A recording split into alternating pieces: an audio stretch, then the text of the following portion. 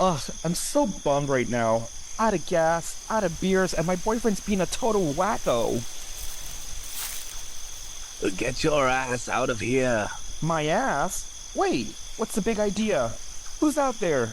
I'll kill you if this is a joke. You shouldn't be out here alone. Not tonight, young lady. Well, Mr. Trenchcoat, you scared the bejesus out of me. Well, I'm looking for Michael Myers. Have you seen him? A man in a mask. You mean that weird guy in the mechanic suit that drives a station wagon? Totally freaky. Looked like he walked out of a bad dream, you know? He's escaped. After 15 years. I watched him for 8 years.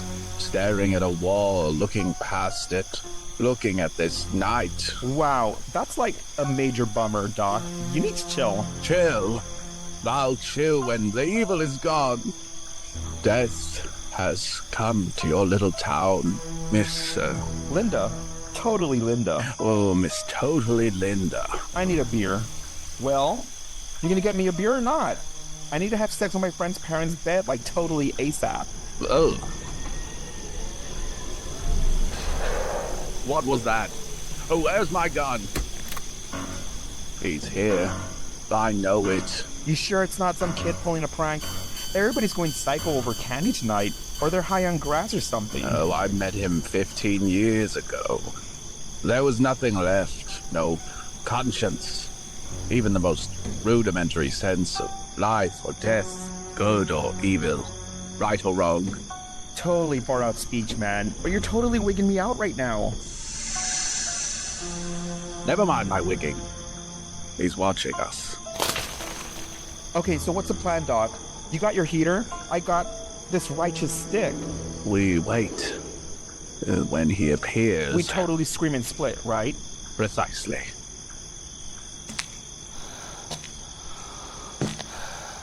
Oh my god, is that... Get behind me!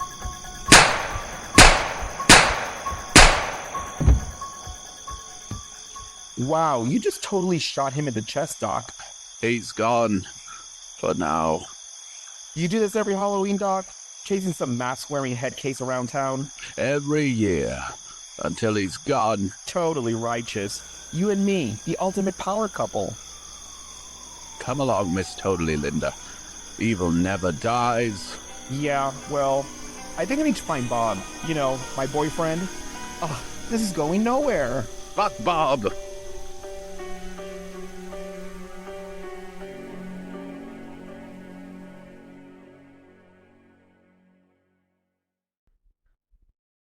Tim, I think this was our, Best sketch yet.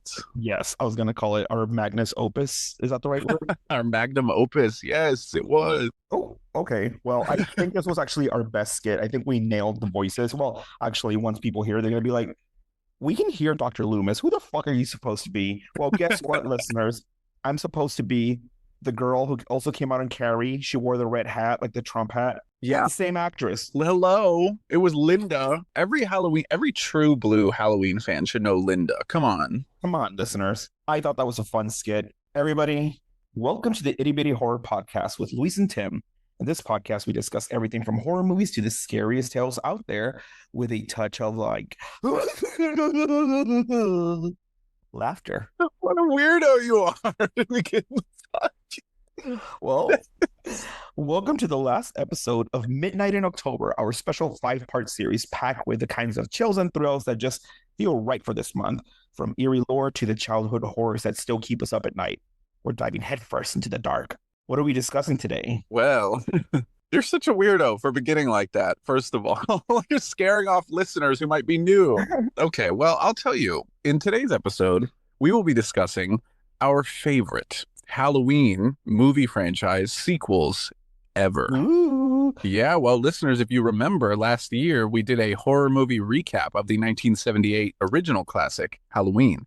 That was episode 19, so 30 episodes ago, and we've come a long way. Yeah. Well, Tim, I want to wish you and our listeners a happy Halloween. This episode is coming out on Halloween night. Oh, yeah, yes, it is. And actually, one other thing we've done, both accidentally is we've both watched the Rocky Horror Picture Show for the first time, each of us. Oh yeah, that's totally true. Last week I saw Rocky Horror Picture Show independent of Tim. Like we did not even plan it. No. And this is the second time that we watched the same movie within like a day of each other, right? Yeah, separately without knowing that the other was going to watch it. And it was both of our first time. Of course, I watched it on a plane and you watched it like in a theater where people were singing along, which is the way you're supposed to do it. So, Yeah, no, that was so much fun. I went with Chris, who was on the previous couple of episodes of Intro to Childhood Horror and the Killer Clowns horror movie recap. right. And yeah, we went together. It was so much fun. It was in San Francisco. It was like really late at night, at midnight, and everybody was dressed in costumes. People were dancing. Like there was a live show during the movie. So for that to be my first experience, I think that was fine. Um, You didn't like doing the time warp again? well, no, you jump to the left, you shake your pussy, and then you're the Rocky Horror Man. Anyway, yeah, it was so much fun. You saw it. Yeah, I don't think I saw. Well, there were people talking throughout the movie, so I don't even know what the hell happens half the time. But it was fun. Okay, well, I heard it crystal clear on my little headphones in my United plane. See how were you dancing to the sides, and this is your way of avoiding like turbulence and whatnot, right? It actually, believe it or not, you are slightly joking, but actually, truly, when I'm on a plane, and there's actually nothing better than to watch like a musical movie for me Yeah, in my headphones. I don't know why it like distracts me the most. yeah. No, that makes sense. I think just watching something silly or something different or fun or whatever distracting, Yeah. as we talked about on the episode on, airplane horror stories, I think doing that will just take your mind off it. And this was like a fun movie. But if you are looking to have a horror movie experience, maybe in the month of November, and you're located in the Bay Area, we want to remind you once again that we are having a horror movie screening at Mother Tongue Cafe again. Oh, So if you're in Oakland, Berkeley, East Bay, or even San Francisco, and you want to come join us, we will be posting tickets soon on our Instagram. And maybe not for this episode in the show notes, but maybe the next episode I'll post in the show notes. But if not, I'll announce it on Instagram. So feel free to just follow us there. And we're going to be watching Whatever Happened to Baby Jane. whatever happened to baby Jane? Yeah, yeah. So what are you doing for Halloween, Tim? Well, what I'm doing for Halloween, yeah, so it's actually kind of funny because I'm gonna be actually taking a little bit of a trip to Niagara Falls the day after. Mm-hmm. So Halloween night is actually gonna be kind of boring. It might just be like some scary movies and you know, I don't know, pumpkin carving or something. Well, you do know that the child is no longer a child. What is that from? Child is a mouse. So I'm already telling you, you should watch The Witches. It's not scary. Your partner can watch it and not get scared. How about that? Okay, fine. The witches will be what I choose. Yeah. Well, today we're not discussing The Witches and we're not discussing Whatever Happened to Baby Jane. And we're definitely not discussing Rocky Horror Picture Show. We are discussing, as you mentioned earlier, our favorite Halloween franchise horror sequels.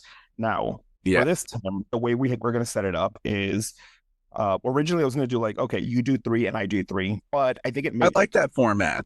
yeah, no, we are going to do that, but I think the way we're going to do it is we're going to do it in a chronological order. So depending on which movie comes first from the favorites from both of us, like we'll discuss why that's our favorite, Uh, and then the next person would discuss the next one if it follows right after that movie. Does that make sense?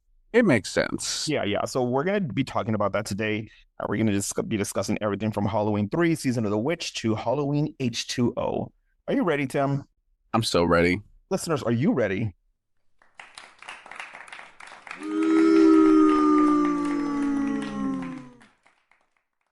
So for Tim's first pick, it is the 1981 sequel to the original Halloween, and this one is called Halloween 2. Very creative title. Here's the trailer. From the people who brought you Halloween, more of the night he came home. Halloween 2. There is no place to hide. He will always find you. Halloween 2.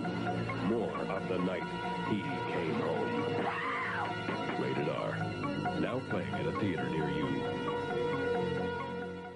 Great. So Tim, can you tell our listeners, for those of the folks that have not watched any Halloween movies except for the original, what is the movie about? Well, first of all, let's try to get over the scariness of that trailer. Ooh, yeah, I'm shivering right now. Well, listeners, I'll tell you a little bit about this movie and why it's one of my personal favorites. In fact, I've been actually telling Luis that it is one of my favorites just off camera, off microphone when we talk about this. Because believe it or not, listeners, we are genuine horror fans and we really do enjoy these movies and we nerd out about them occasionally. Yeah. Yeah. Thank you, Luis. So, after failing to kill the stubborn survivor Laurie Strode and taking a bullet or six from former psychiatrist Dr. Sam Loomis, played by Donald Pleasance, Michael Myers has followed Laurie to the Haddonfield Memorial Hospital, where she's been admitted for Myers' attempt on her life. The institution proves to be particularly suited to serial killers, however, as Myers manages to cut, stab, and slash his way through hospital staff in order to reach his favorite victim, Laurie. Why is this your one of your top 3 sequels? Well, I have to say, the honest feeling that I have every time I watch this movie is thinking to myself, oh, wow, this is like really entertaining. And why do I always forget that I love this movie? Because the truth is, I think I watched this right after I watched the original. And this movie, unlike a lot of them, is a direct sequel. Yeah. Right. And for listeners that don't know, a direct sequel means it takes place on like the same night as the original movie. So it's basically a exact continuation of that. It's not like, you know, years later or something, although it was filmed years later. Yeah, it's still technically the same Halloween night. Right, exactly. And there's something fun about that innately, number one. Number two, it takes off with a bang. It's literally like just cuts right into where Michael has escaped. Right. The very first shot is Dr. Loomis having shot Michael Myers and Michael falling out the window and Laurie saying, is he dead? And Dr. Loomis doesn't know. And it takes right off at that spot. And then you start seeing Michael go through this neighborhood where people still really don't know that he's there. And it's just kind of an exciting first scene. And then it just carries you on into the title sequence with that lovely pumpkin. Yeah. And the soundtrack is great. It's got some great scares. And yeah, I don't know. I remember every time I watch it, I think, wow, the hospital's a great setting because it's so spooky. I feel like Michael, he's really like scary in this one for some reason. I feel like the mask doesn't look bad yet. Yeah, not yet. Yeah. Yeah, which is a big gripe that I think a lot of Halloween franchise fans have over the later movies. Yeah. And before you continue, I wanted to also mention that, like, you're right. Like this whole continuation of from one movie to the next just feels very like seamless a little bit. Yeah, exactly. If you watch, I think it's Friday the 13th Part 3, the 3D version. Right. Plays, I think, the day after Part 2. But it has like a totally different vibe. And it's like, is this the same night? I don't know. And is it no longer Friday the 13th? I know, it would literally be the 14th. And yeah, you're right. Friday Part 3, which I'm sorry to say is not one of my favorite Friday the 13th sequels, and it is one of yours, I believe. So yeah, no, it is. It totally is. But I think this one, it just has like that really, really like nice continuation of the same night. I think more horror movies that have sequels should just do that. I mean, sometimes they'll do like, oh, it's 10 years later, and now Juanita is trying to recover from the attack from Jason and Freddy Krueger. And it's like, dude, I don't want to know that she ended up in a mental hospital years later. She's trying to recover. Do that when it's like 20 years from now, which is going to be one of your picks anyway. But, oh, well, thanks for spoiling. Oops. But don't do it for freaking a direct sequel. Like, don't automatically. Anyway, so yeah, I agree. I think this is a really cool continuation, very seamless. Yeah. Well, yeah, I agree. And well, obviously I agree because it's my pick, but also I feel like there's something very like underrated about this movie. I think that originally people criticized it when it came out. I remember reading some of the, contemporary reviews from 1981. And of course, this movie came out right after Friday the 13th. The first Friday the 13th came out. Yeah. The original Halloween, if you remember, was actually quite not gory. And that was kind of a good feature about it, right? It was like very like kind of scary without being super gross, right? Yeah. But then Friday the 13th comes out and you got those, what's his name? Tom Savini, the effects guy. Yeah. You got all of his great effects, right? Of like the bloody, like, stabbing scenes and all of that, right? Which makes Friday the 13th what it is. And so they, I think, felt like they had to kind of up the ante when they made this one. So they made this one slightly grosser, let's say. Mm-hmm. Even though that's true, I still say it doesn't detract from the movie. Yeah. Okay. What are your favorite like scenes from this specific movie? So I'm going to say the first scene, and I know this is a little bit of a cheat, but the first scene I think is literally one of my favorites because it gets you right into the story. And there's also something about the way that they film it. They use that kind of steady cam look that John Carpenter used in the original, where they're kind of following Michael behind him. You know what I mean? And it Yeah. just adds to the kind of, I don't know. I really feel like it's a real Halloween night in like a small town in, Illinois, right? It really feels like that. So that part's scary. Yeah, no, it's totally scary. I agree. I think it's a very cool the way they film it. It makes it seem like, yeah, you're in that little small environment with them and you're like right there in front of them or near them or whatnot. Is this also the one where they and maybe it's a different movie, I'm not sure, but I may think it's this one, but isn't this the one where they also kill like a Ben Tramer or something? Yes, yes. Right? Where like he's dressed as Michael Myers, which is weird because Michael Myers just picked out a mask and is wearing a mechanic suit from a man that he killed. So why is this random guy wearing the exact same outfit? I know. I mean, I guess, yeah, it's not really clear why Ben Tramer, the guy that Laurie Strode said that she really had a crush on in the original movie. Oh no, Yeah. no, please, no. Captain Debate, please. I'm gonna kill you if this is a joke. Yeah, it's not really clear why Ben Tramer is wearing the William Shatner mask that Michael Myers is wearing, but yeah, he does get pinned between two cars and then I believe explodes and lights on fire. As all cars do, apparently. They always explode, and I would say that honestly might be one of my favorite scenes, although it's more because it's kind of unintentionally slightly funny and melodramatic. Yeah. And then let me see, my third favorite scene. I mean, I think the whole hospital sequence at the end is pretty like thrilling. It's a pretty exciting sequence. You really feel scared for Laurie because she can't really walk that well. And isn't the scene like the entire hospital like abandoned or totally dark or something? I don't know. Yeah, no, it is. It's totally abandoned and dark because it's like Halloween night, and I guess some of the staff are off that night. I don't know how like I've heard a lot of reviewers complain about that aspect and say, why would this hospital not be operating at full capacity? Yeah, we had a couple of a serial killer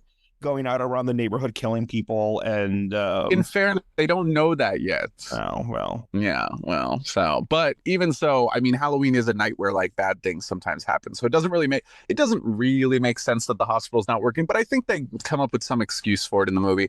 Anyways, I don't know what to tell you. I saw the movie and I totally bought it. So Yeah. What do you think about the sibling twist reveal? Do you think that's a good choice, or do you think that kind of like cursed the franchise?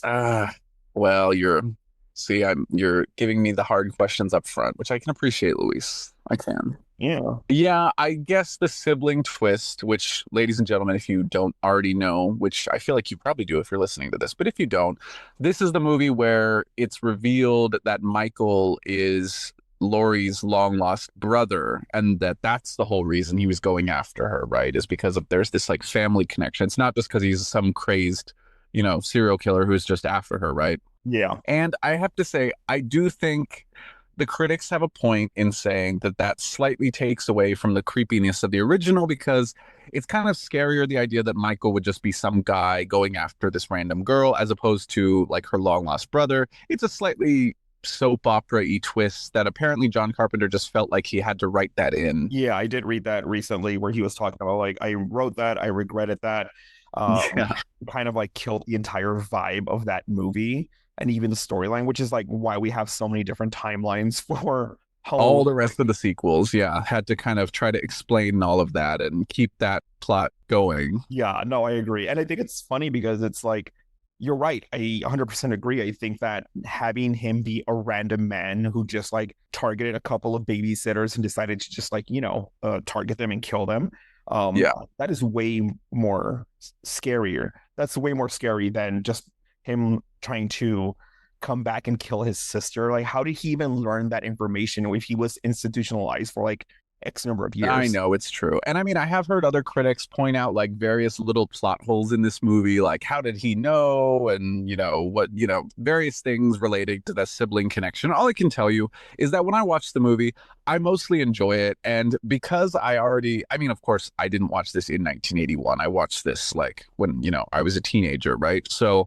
I experienced this as a new plot twist. I knew sort of already going in that Michael was I'm not Jamie Lee Curtis, was Laurie's brother. I knew that was a whole plot point in the whole series. So that wasn't Like, I didn't watch it thinking to myself, oh, I wish they didn't do that. That changes everything, because I already kind of knew going in that that was part of it. So I don't know. For what it's worth, it didn't ruin it for me. Okay, that makes sense. So on a scale of 1 to 5 Laurie Strode wigs, how many wigs do you give this?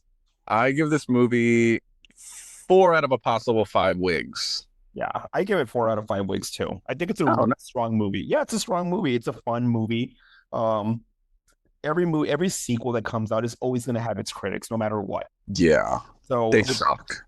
yeah, exactly. And nothing's ever going to live up to the original anyway, but I do like it. The only reason I don't give it 5 wigs is because of the whole sibling twist reveal. Right. I know. Same here. And I probably can only reserve the 5 wigs to maybe like 1 or 2 of these movies. Yeah, exactly. Also, we didn't mention that doesn't one of the nurses like she's wearing her little nurse shoes, and then Michael Myers comes up from behind her and grabs her, like picks her up like 20 feet into the air. Not 20 feet, but a good amount, and then chokes her to death. Yes, we forgot to mention that. What is your point?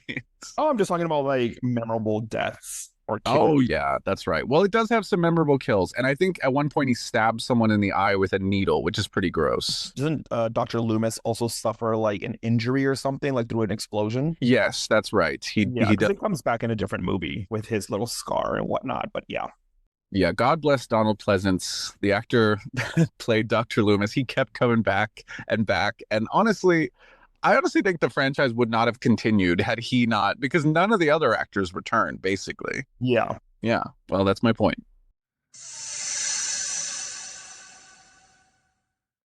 So my pick is the 1982. Not sure if it's a sequel. It's a standalone movie. It's really not a sequel. Yeah, no, it's not. It's more of a standalone film, right? Is Halloween 3 Season of the Witch. Here's a trailer. You don't really know much about Halloween witchcraft. The last great one took place 3,000 years ago when the hills ran red. Halloween, the dead might be looking in. Stop it! The world's going to change tonight, Doctor. Happy Halloween. Halloween 3, Season of the Witch, the night no one comes home. Rated R, now playing at a theater near you. Okay, so before I go into the actual plot synopsis, as a lot of you may already know, or maybe you don't, Halloween 3 is basically the ugly stepchild of the family in the sense that it's not at all a Michael Myers movie. It's a Halloween movie, but originally John Carpenter wanted to do, when he did the original Halloween, he wanted to have an anthology of Halloween movies with different characters and topics and whatnot. And I'm assuming that this was like what he wanted to be the franchise to be, right? Yeah. The original Halloween was so popular. They did a direct sequel. So when they did Halloween 3, people were upset where they're like, where's Michael Myers? There's nothing, there's no Jamie Lee Curtis, there's no Donald Pleasanton, there's no Michael Myers, etc. So it's kind of like a disappointment for people when they saw it. But I do know that now it is considered one of the best Halloween movies out there. Like in the entire franchise, obviously nothing's ever going to beat the first one. It's ranked highly up there. And it's actually a good, fun standalone movie. So if you just watch it with the idea of like, okay, I know this doesn't have Michael Myers, and I know it doesn't have like the Jamie Lee Curtis or anything like that. It doesn't even have Linda. Fuck Linda.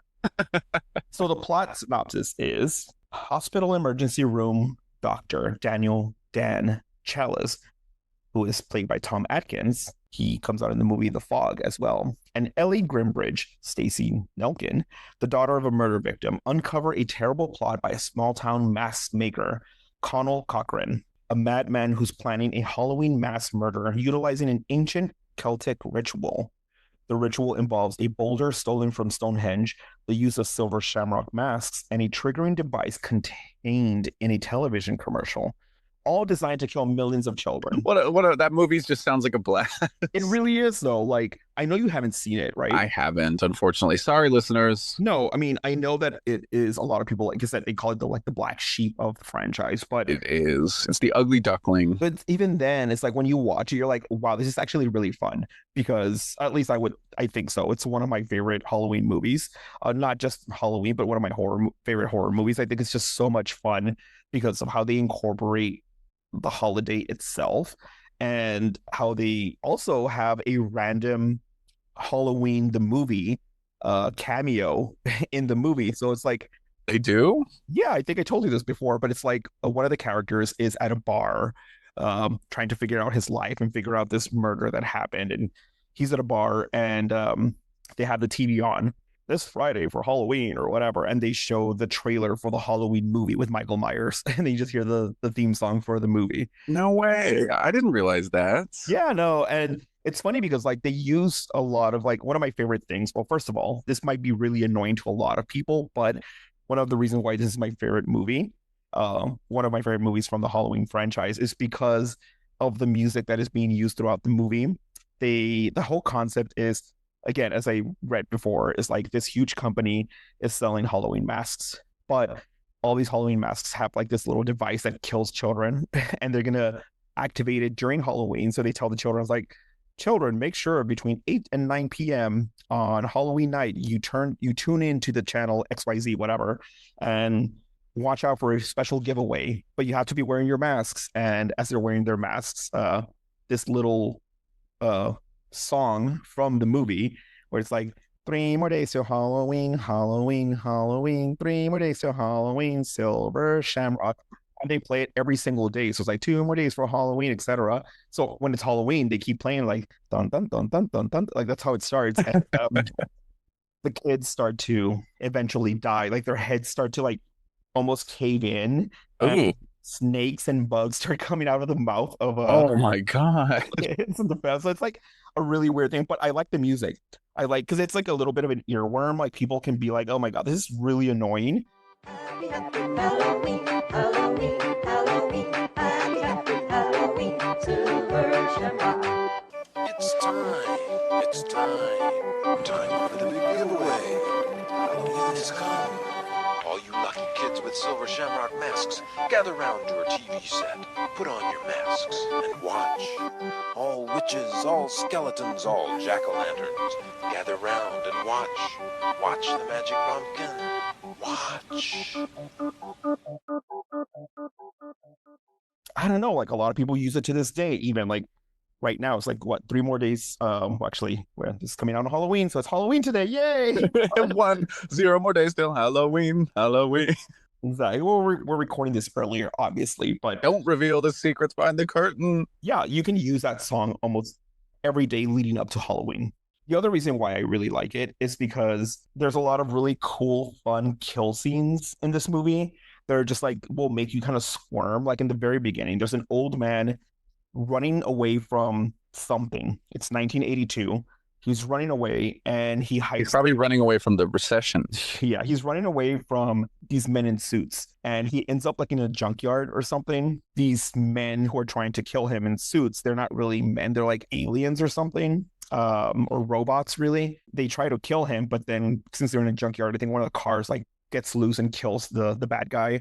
So they end up taking the old man to the hospital, and that's where our main character meets him. And he's in the hospital waiting for his daughter to come to talk to her. But then one of the killers just goes in there and they go up to him as he's like recovering.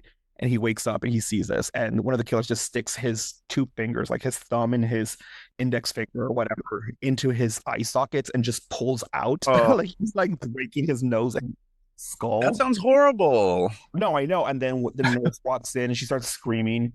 And the guy just walks out super casual, like, yep, just did my job. And then the main character's like, hey, you stop right there. You have a pass. You just killed one of our patients. Do you have permission to do that?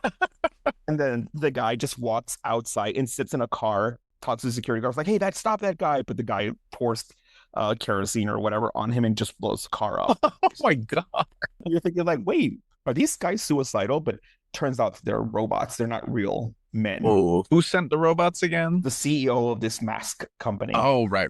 Okay, so the villain is big business. Yeah, exactly. Another cool, fun kill scene for me is, well, the main character and the daughter of the old man that got killed. They decide to figure out, like, okay, what's going on? We want to figure out what's happening. He was talking about this mask before he died. So they try to like work in reverse, and they end up in a small little town somewhere in California. And trying to find this out, they stay at a motel near this big the HQ offices of the mask making company. Um, and they stay there, and next to them, this couple with a child, they are also staying there because they work for the mask company and they were invited as the top seller of Halloween masks. And so, stuff like that is happening. And then there's a random motel tenant or whatever who's staying also next door, and she has a mask too for some reason. And when she's in her room, she's playing with the mask, trying to see like, what is this little silver shamrock device on the mask? And she breaks it open. It's like some weird chip or something, and she keeps poking at it. And then a laser beam just blows up in her face. Oh no. You just see the next shot, and her entire mouth is split open, and she's like, moving her lips and her eyes. It's like really cool practical effects. But again, because you know how you were talking about Halloween 2 has a little bit more gore, it's a little bit more whatever. This movie just goes full on out. You know what I mean? They show a lot of really disgusting Well, yeah, that is, if you're an appreciator of like old school practical effects and like that kind of thing in scary movies, I feel like you'll like it. And then of course this was like the whole experimenting without Michael Myers, right? Trying to do something different. Well, they tried, didn't they? Well, I mean, it's now considered a fan favorite, so it's like I'm pretty sure over time it's made its money through rentals and whatnot. You know what I mean? I guess so. It went from flop to fan favorite. Like it's considered a fan favorite. It's not just me saying that. Like a lot of people really like the movie. How about that? I've never met one, so okay. Well, you met me, so how about that? Well, that's true. But well, the movie ends with the main character and the girl going into the factory trying to find out who the evildoers are. The woman gets kidnapped, like the daughter of the old man from the beginning, and he's trying to find her. And then he bumps into this old lady that looks a little weird, like almost like from the churning butter days. And he's like, "Who are you?" Or "Tell me where she is." And then she falls off, and it turns out she's a robot. Then yeah, eventually he figures out a way to kind of kill everybody by throwing in like those same devices into this weird Stonehenge circle thing. It's like a really weird movie, and they all die. And then at the very end, the CEO just looks up at him and he goes like, starts clapping at him like, "You beat me to this," or whatever. And then he dies, but then he still has to deal with the fact that he finds the daughter, the woman who was kidnapped, the daughter of the old man. And he also has to call all these radios or these TV stations to tell them not to play the commercial, because it's still going to play. Oh, yes. So he's calling all of them. But I think before he does all of that, he's driving with a woman, and she's so quiet for some reason. He's like, "What do you think about that, sweetheart?" And then she doesn't say anything. Turns out that she's now a robot. Oh, no. Everyone's a robot. Oh. And then at the very end, he starts calling all these stations. He's like, "You need to stop playing it." And it's also like, okay, if I ran a TV station, they already prepaid for all these commercials. Yeah. And then somebody else like, "You need to stop running those ads." I know. You'd never listen. You'd be like, "Listen, kid, I care about one thing, the bottom line." Exactly. I'd be like, "Whatever, buddy, click." But in the movie, they slowly start turning them off one by one. Yeah. And then in one, he realizes that one of them is still playing. He's like, "You need to turn it off. Stop it. Stop it. Stop it." And the woman who plays his wife in the movie is the woman who played Annie in Halloween. Oh, all right. So was Annie going to be kind of the Sarah Paulson of this anthology series? Exactly. She still came. Exactly. All right. Well, you've convinced me to try it, but my hopes are not high. So you said last year. I know. This Halloween tonight for Halloween night. You say you want to pick a movie? Watch that one. Oh, you're right. I could do that. But then again, I could also not. Oh, okay. Well, never mind. Listeners, do we have any way of motivating you or inspiring to do anything? I doubt it, right? Because I can't even inspire my co-host to do something. Oh, okay. I'm inspired. I'll watch it. I'm going to hold your feet to the fire to this. Actually, I don't even know if I'm using that right. No, you are actually. You are. Listeners, write in and also hold my feet to the fire. Yes, please. Cool. So I know you haven't seen it, so it's unfair for you to give it any ratings. But for me, I would give it 5 Halloween masks. Oh, okay. So we're going with a different rating system. Right up there with your original. Okay, that makes no Well, sense. go fuck yourself.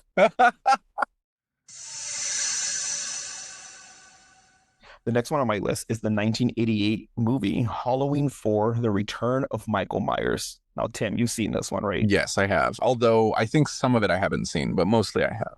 Okay. Well, here's the trailer for this movie. 10 years ago, on the night of October 31st, a small Midwestern town fell victim to an escaped killer. Under the cover of darkness, he carried out the most horrifying mass murder on record. 16 people in cold blood.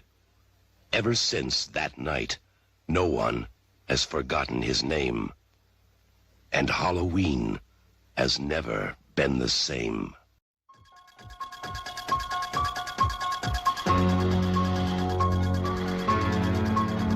Now, Michael Myers has come home.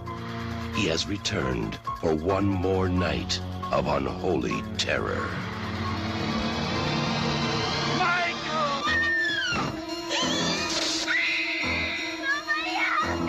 He's here to kill that little girl and anybody who gets in his way. Oh, God. Who's gonna be next?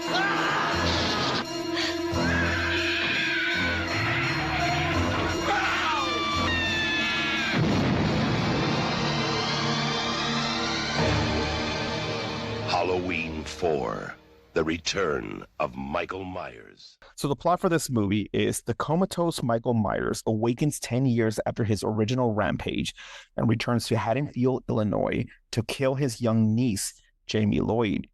He is pursued by Dr. Loomis and terrorizes the town on Halloween night while Jamie, with the help from her stepsister Rachel, tries to escape him. Essentially, this movie is really just a revival of the slasher Halloween franchise, right? Because they took a little bit of a detour with the 1982 movie. It's true. Yeah, I guess, yeah, you're right. Come to think of it, it was a pretty big gap between these movies, right? Halloween 3 and Halloween 4. Yeah, yeah, exactly. So it's like the last one came out in 1981. So it was like a good 7 years before they decided to come back. And they're like, all right, we got to give this franchise another chance because people miss Michael Myers. This is also the part of the movie or the story where we find out that Jamie Lee Curtis's character, Laurie Strode, apparently gave birth to a child. Is that true? Yes, I believe that's the story. That's the idea anyway. Yeah, if I remember this correctly. I could be wrong. Sorry, guys, but it's been a minute since I've seen it, but I remember liking it. I think. Anyway, it makes zero sense.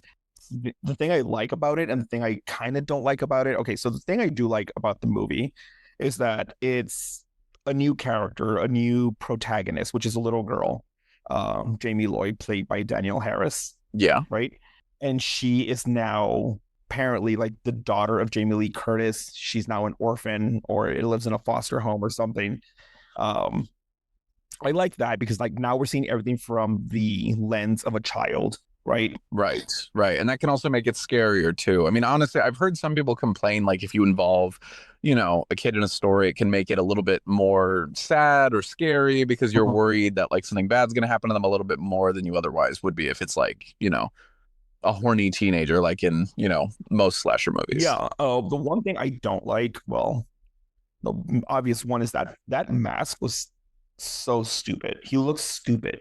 I know. I have to say, yeah, you're so right. It's one of those things that I think a lot of people complain about with this movie, that Michael's mask. This is when it starts. This is when it begins, basically, when the whole mask saga where they seem to never be able to get his mask right. This is where it begins. So that's a point against it. Yeah. Do you know the story as to why the mask was not the same? I know that I remember hearing that one of the main producers, might have been Deborah Hill, I'm not sure, but one of the main producers had the original mask, and I believe they used it for both of the first two movies, but they either lost it or it was misplaced, or I think maybe someone stole it, but either way, they just had to find a new one. However, I have to say, I've watched a lot of behind the scenes like interviews with a lot of the people that made a lot of these Halloween sequels. Yeah. And one thing that I've noticed is it seemed to me, at least anyway, that the mask was always like an afterthought when they were making the movie. Like they realized they needed it, and it seemed like a simple enough thing to find. So no one actually like put in the time to make it look like the original. Yeah, yeah. That's the impression I get. So I'm annoyed at that. I don't like the fact. I mean, honestly, I think the next time the mask looks decent, I don't even think in H2O it looks that good. I would say that maybe even Resurrection, which is like one of the worst Halloween movies, the mask looks like halfway decent. Oh, how dare you? Our one listener from Russia says that they love that version. Sorry, listeners, but you know what? If you know the Halloween franchise, you know it's not that far out of a limb for me to go on to say Halloween Resurrection is like the worst one. Yeah. Okay. So I know you've seen this movie or you've seen parts of it or a huge I've seen chunk most of it. but what is like, do you have like a standout moment for you in this movie? Well, okay. The beginning is a little bit creepy, and I like the fact that it gets you back into the kind of this scary, like Michael Myers is coming, Halloween spirit of the whole thing. I Yeah. like that aspect of it. And I think most of the scenes with Dr. Loomis, and bear in mind, listeners, this is not my top pick, so it's not like this movie is like a biggie for me, but if I'm picking things that I like, I will say every scene with Dr. Loomis is always fun because he's such a melodramatic, like over the top character that you just can't help but love him. I'm in the sequel. I'm back and back again, ready to rock this booty. Rock this booty. I don't know, but yeah, this is like where they also introduce his new face, right? Like he has a huge burn scar or something. Yes, it's true. And I remember seeing a behind the scenes thing from him in this movie where apparently his girlfriend commented that it looked like he had an egg on his face. That's sad. I know, but it's nice of him that he had a girlfriend. Our apologies to the makeup department for Halloween 4. Tim's been awful. I know. I really I did hear that. I'm not even kidding. No, I believe you. I'm just teasing you. But yes, one of my, I guess, it's a little controversial because at the end of the movie, they introduce or they have Jamie Lloyd now be the killer, like the new Michael Myers as a child. You know, Belated spoiler alert, ladies and gentlemen. Well, we can't go too deep into all these movies. If not, this would be like a 5-hour episode. I'm pretty sure our listeners are like, "Fuck off, hurry up, just tell us why." Well, you're right. Yes, listeners, if you don't know, this is the big movie where in the end it is revealed that the child is potentially the killer. Well, yeah, a killer. Yeah, a killer. Because I think if I remember correctly, since it's been a hot minute since I've seen it, but I remember liking it. Michael Myers is real in this movie. Oh, he is. Yes, it's not like a Friday the 13th Part 5 where he's imagined. He is real, but in the end of the movie, it's revealed that she's also a murderous little girl. She's gone mad and she's killed other people. And when the main character, the I guess the final girl comes out, she sees Jamie Lloyd now wearing the same clown outfit that she bought at a Halloween store where she imagined seeing Michael Myers there. Right. Resembling, of course, Michael Myers' original clown outfit when he was younger in the first movie. Yeah, and she's like with a knife and she's like, no. That's probably your favorite scene when anyone goes, no. Also, didn't they tease that little girl? It's like when Jamie Lloyd is leaving the school, the bell rings, it's Halloween night. These kids are just bullying her and saying like, "Where's your costume, you little punk?" or whatever. And they're like, "Every night's Halloween at Jamie's house. Your uncle's the boogeyman, boogeyman." And there's one of the girls says something about like her mother.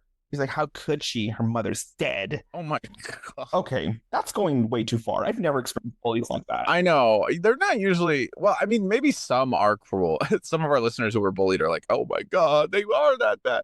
I mean, these are like little kids. You know what I mean? Like the idea that they're in like this little, I don't know, that they're just taunting her about these like awful things. I'm like, geez, these little sociopaths. And then she like runs out of the school very melodramatic and starts crying. She's like, I know. That made me sad, honestly, when I saw that. Then her stepsister shows up. It's like, "Come on, get in the car. We're going shopping, loser," or whatever. But anyway, Tim, do you think this movie saved the franchise? Well, after they had part 3 and, they probably lost hope and they had to wait 7 years. I mean, in a way, this movie did save the franchise because they revived Michael. They decided, you know what? I think we have 2 really crappy sequels in our back pocket right now after this. So I think we'll be good. But I mean, at the same time, it's a money grab, let's be honest. I mean, the franchises of horror movies become increasingly less about, the art or whatever, Yeah. and more just like how many people can we get in the theater if we, send Jason to Manhattan or whatever it is, Yeah. The only time wherever it's like the sequel or whatever is really very, high art or anything. It's if it's based on existing material, like Lord of the Rings, they had 3 books, so obviously it was gonna be 3 movies. But Yeah, that's right, different. But when exactly. you have this one, it's like, oh, what else can we do? Why don't we just kill off Jamie Lee Curtis? She's doing True Lies and she's doing all this. Like, why don't we just start off with a new protagonist and we'll have this little Well, girl. and let's be honest, Jamie Lee Curtis in real life was having a really successful movie career. I mean, I think this Yeah. year that she made this, she made a fish called, I mean, that this was made the same year she made a fish called Wanda. So she was like huge at this point. Yeah, she was already like a grown woman in the sense of like, oh, I'm gonna do grown-up movies or other types of movies. I don't want to be trapped under this slasher or whatever. Even though she did do other slashers in between, like Prom Night and The Fog, and But I kind of admire that about her because she started at slashers and then she was like tried to have a bigger movie career, but it didn't work. But she kind of like held her tongue and like just kind of put her head down and was like, all right, I'll just do Prom Night and I'll do Halloween 2. And then when I'm done, The Fog. And then finally, when I can make a good decision, I'll be in Trading Places or whatever. yeah, exactly. Okay, so this movie, Tim, how many bullies, little bully kids, do you give this out of Out 5? of 5, I give this. Well, you know what? I like elements of this movie. I think it does have a kind of a TV feel to it, which I wish it didn't. I Yeah. think that also something to do with the way they filmed it and the aspect ratio they used. Mhm. But I'm gonna say I give it 2.5 bullies out of 5. How about that? So a bully chopped in half. Okay. I give it 3 bullies. Yeah. I think it's a good entry into the Halloween franchise, right?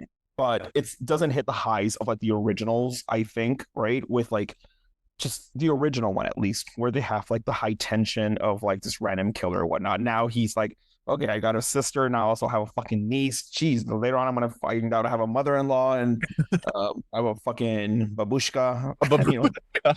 You know what I mean? So it's like, it continues that whole storyline of the relationship, which is not my favorite, which is why it loses stars. I do think that Danielle Harris as Jamie Lloyd was really good in this movie, though. No, you're right. She's a good actress. And I think she's even talked a lot about the franchise after this. Like she's on podcasts now and things. By the way, Daniel Harris, if you're listening, please be on this podcast. Please, We beg you. We have no money to give. we'll send you a gift card for a free donut at Wendy's. 7-Eleven. Oh, yeah. Tim, what is your next pick? Well, listeners, it will come as no surprise to you, given the fact that we've talked about this movie before on the pod, that my next pick for top 3 Halloween sequels is none other than Halloween H2O 20 years later. And this was in 1998, correct? It was 1998. Okay, well, here is the trailer for Halloween H2O. 4 students are about to learn Who do you think I am? their teacher's terrifying secret. Who is that? My brother. Michael! Critics call Halloween H2O sensational. Smart and non-stop scary, Jamie Lee Curtis makes a triumphant return. Finally, a sequel that lives up to the original. Halloween H2O. I know that we talked about this before, Tim, before we go into the plot, but I saw this movie first before I saw the original Halloween. Oh, you did? You probably saw it in the theater, right? Yeah, that's what I mean. Like I saw it in theaters because like that's when I started going to the movies by myself or with friends. Right. But I did not see the original Halloween until I told you, like maybe in the last 10, 15 years. You know what? You and I then probably actually watched the first Halloween movie at around the same time. No, I think you saw it before me even. My God, that's so funny. Well, yeah, no, I did not watch this one first, but I think I had seen the trailer for it, not in real life, but like on YouTube or something. And I thought, oh my gosh, this looks good because, of course, Jamie Lee Curtis is back. Okay, so what is the movie about? Well, I'll tell you. So the movie follows Laurie Strode, played by Jamie Lee Curtis, who returns, who has changed her identity and becomes the headmistress of a California private school to escape her past with Michael Myers. 20 years after the original massacre, Michael tracks her down, and she must confront him one last time to protect her teenage son and end Michael's reign of terror. And the film focuses on Laurie's trauma and her kind of overcoming the trauma as she faces her brother's return to finish what he started. Okay, so I was about to ask, this still continues the what do you call it, the storyline of it being her family. It skips part 4 and all these other movies in between because now it's going from part 1, part 2, and then H2O, correct? Yeah, that's where it becomes confusing because this movie is a sequel to part 2, the 1981 sequel to the original Halloween. But what they effectively say in this movie is they say Jamie Lloyd never existed. yeah, exactly. Part 4, 5, and 6 never happened. There's no curse that keeps Michael alive like a zombie. He's just a human. He's, and he's just been waiting for 20 years and not doing anything in the years between now and then. Yeah. So, that's kind of the situation here. And then, the unfortunate thing is, and I know we've talked about this before too, that when they make the more recent Halloween movies, the Halloween franchise movies that came out in 2018 and after, they eliminate this movie and part 2 from the canon, and they effectively make it that only the original movie happened. And it kind of sucks. It's like, wait, now I'm watching the newer version. Well, H2O didn't happen. I know. And it's my favorite one. I know. Well, that's the funny thing is I actually think H2O is one of the best ones, and it handled the story really well, and it was like well written and interesting, and the idea of Laurie kind of overcoming and confronting her trauma and her, you know what I mean? Like all of that. I feel like that's such a good plot, and then they're like, that never happened. It's like, well, yeah, I know. That sucks. Okay, so this movie came out at the same time that you had all these Scream era meta horror, right? That meets nostalgia kind of film. It was the meta humor era of scary movies. And yeah, Scream was the classic one. And it was written by, I believe in part by Kevin Williamson, who also made Scream. Yeah, exactly. So, you obviously had Scream that came out a couple years before that, but that one referenced a lot of like Halloween, obviously, and Jason, Friday the 13th, etc. So, they reference horror movies in this, like the characters have seen horror movies. And in this one, I don't think they do that, but they do have some meta references. Like they had Jamie Lee Curtis's mother play her, is it secretary at the school? Yeah, she plays another lady that works at the school that Jamie Lee Curtis is the headmistress at. And this is the actress who plays the lady working at the school with her is in fact her real life mother. The lady from, what's her name? From Scream. From Psycho. Janet Leigh. Janet Leigh. There you go. I was about to look it up. Yes, from the Alfred Hitchcock movie Psycho in 1960, which is what makes Jamie Lee Curtis our favorite Nepo baby because because she is horror movie royalty, really. Her mom was in and then she's in Halloween. Yeah, exactly. And she doesn't like deny it. Like she obviously, like when she won her Oscar a couple of years ago for Everything Everywhere All at Once, she gave a shout out to like the genre films, like the horror movies that she was a part of, but she also dedicated the Oscar to both of her parents who were both nominated, but they never won, but she did win. So that was pretty cool. That is cool. And I like that she honestly is a person that I think is not ashamed that she was in horror movies. Do you know what I mean? Oh, yeah, of course. There's a lot of people like, you never hear Jennifer Aniston talk about Leprechaun, and she shouldn't. She should. But you know what I mean? Like, there's other people who be like, embrace that. Like, right now, current young actors that I think are embracing the horror route is like, they are, because it's kind of cool now. Yeah, it's kind of cool now. But I think of like, I don't know if you know who she is, but her name is like Micah Monroe. She's been in countless horror movies. She was in, what is that movie? Well, she was in It Follows. She was in a movie where I think she plays like a person trying to break in, and this guy is trying to like a blind guy who turns out to be a rapist. And oh god! But yeah, so it's like she's done so many horror movies to watch her or something like that. The Hand That Rocks the Cradle, I think, just came out on Hulu. Not sure it's good, but either way, the thing is, like, she's doing continuous like horror movies, and I'm not saying she's at the same level as Jamie Lee Curtis in terms of like, people will go see a Jamie Lee Curtis horror movie, but or maybe they will for Micah Monroe, who knows? But anyway, going back to this, I think like the prompt that I have for this, Tim, is: do you think that Laurie at this movie is like at her peak final girl energy? Yes, exactly. Yeah, she is at her peak final girl energy because not well, I mean, in a way, she's not. I mean, she is the final girl, but you know what this movie really was? It was like she's the final girl, but she's like what happens later when you're the final girl. You know what I mean? When you Yeah, survive all of this. psychological effects of like the The trauma. trauma. Well, she she doesn't call it the trauma. Jamie Lee Curtis in her interviews, listeners, if you don't know, she calls it trauma. That's how she pronounces trauma. So that's fun. But yeah, no, she confronts it, and it's really interesting the idea that like she's being haunted by the memory of this all these years later. And of course, in the movie, she's an alcoholic, and she Mhm. has to overcome that, and she sort of reveals to this man that she really likes in the movie that she changed her name and that she's been living here in fear. Is that Mark Hamill? No, not Mark Hamill. I'm sorry. Mark Harmon. No, it wasn't actually Mark Harmon, but it does look sort of like Mark Oh, it Harmon. wasn't Mark Harmon? No, you're thinking of Freaky Friday. Oh, I was about to look it up and try to prove a point, but you're right. Actually, you're right. Okay, so this movie has like Kevin Williamson is like the influence for this. It Yeah. has like the meta aspects of this, which I do like. I do think that's pretty cool. I do. Yeah, it's got a lot of humor. Yeah, it has a lot of humor. I do like the fact that it has Jamie Lee Curtis coming back and going through like she's not this perfect final girl. At the end of the movie, she's like, okay, I've survived. I'm the goody two. She's like, no, she's became an alcoholic, and she, you know what I mean? Like she obviously went through her own shit.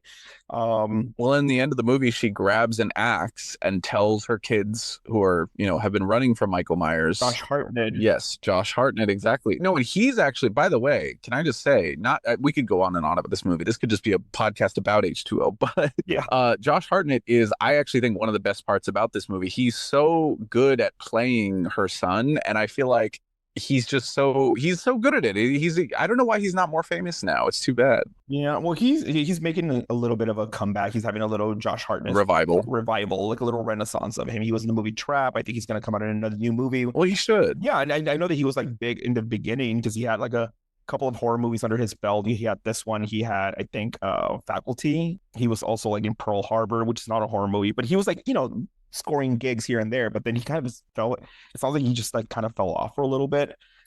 He did. It's too bad. He's really good in this. And he has like a really messy haircut in this movie. And I remember hearing that was actually a creative choice that he made. Yeah. And that the hairstylist working on the film actually wanted to neaten up his hair and make it look nicer. And he was like, no, I'm playing a teenager. I mean, he's probably like 23 or something, but he was like, no, I'm playing a teenager. This is how I would look. Like, this would be my hairstyle if I was. He has like a random split end on the side or something. It works. It's so good. I think he was also like good casting to play his Jamie Lee Curtis's son because I feel like they kind of have like almost the same cheekbones.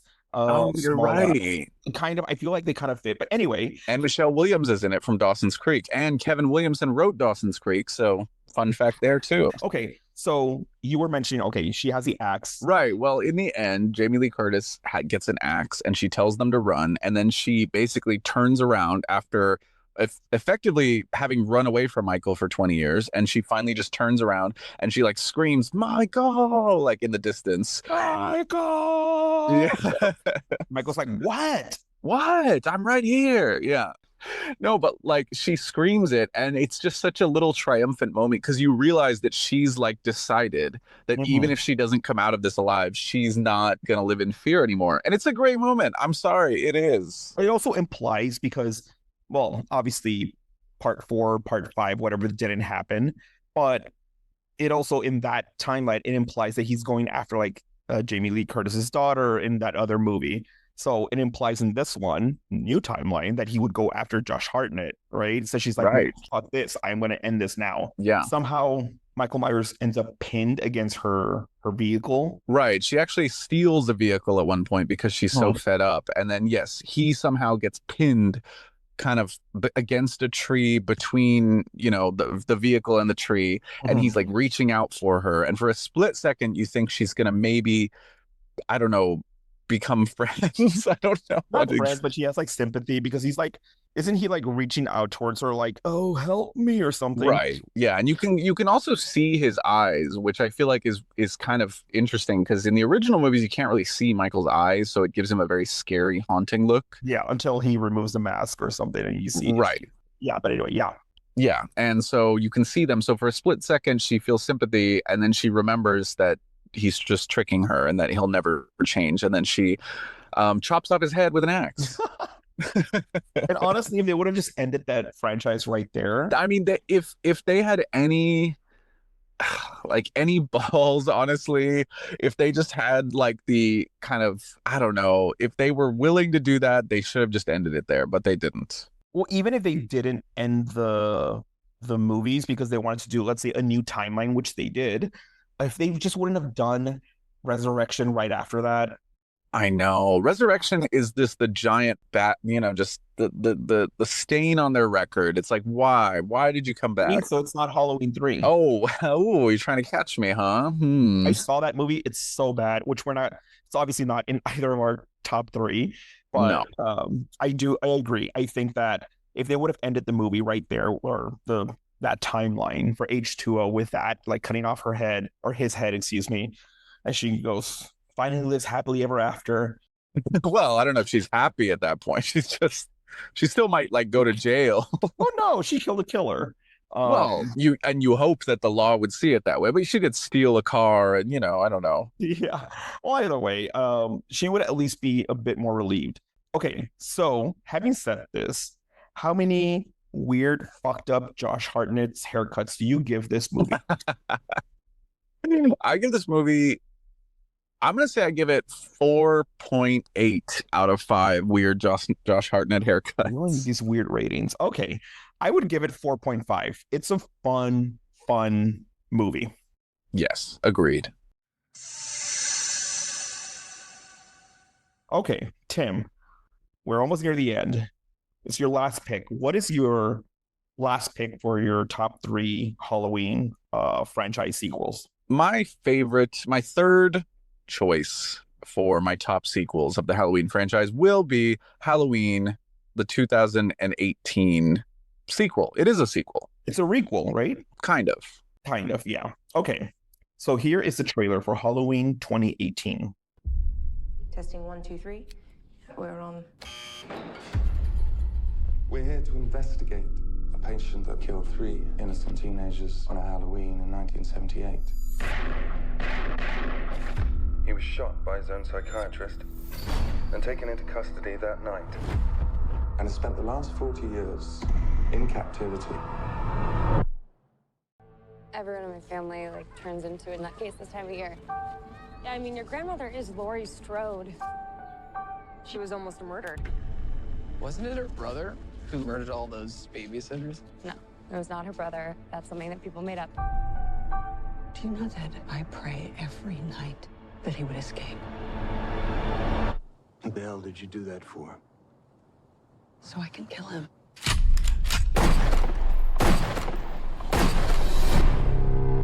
Dad, look out! The bus crashed. Mom, what bus crash? Michael escaped.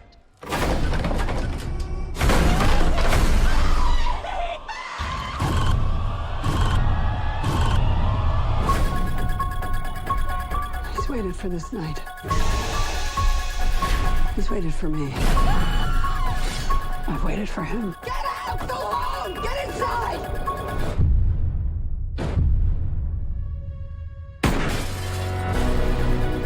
You don't believe in the boogeyman? He's here! Tim, how did you feel when they started announcing they were going to make a new trilogy of the Halloween movies with the original cast and everything? Well, honestly, I mean, after watching that trailer at the time, I remember this was peak, my interest in horror movies was really high at this point, and I was so into it, and I loved that they were bringing back Jamie Lee Curtis. Mm-hmm. Also, I mean, nowadays I feel like, and listeners, I hope you agree with me on this, but we're living in a little bit of a weird time with movies where there's endless sequels and long lost sequels, and there's a new I Know What You Did Last Summer, and there's a new this, and there's a new that. And it does get a little bit much, honestly, if I'm completely honest. But at the time, I think this was more the start of that whole movement to make the endless sequels. So yeah. I got excited for it. And honestly, I'll see Jamie Lee Curtis in just about anything she's in. So yeah. Well, I agree. I think it's at that moment, it's like when YouTube started having a lot more, I guess, channels that were dedicated to just reacting to horror movies and reacting to new trailers and whatnot. So there was a lot of excitement for this new trilogy. And it had, again, Jamie Lee Curtis. What is Halloween 2018 about for those who have not seen it? Right. Well, it's been 40 years in this movie since Laurie Strode survived a vicious attack from a crazed killer named Michael Myers on Halloween night, which was the first movie.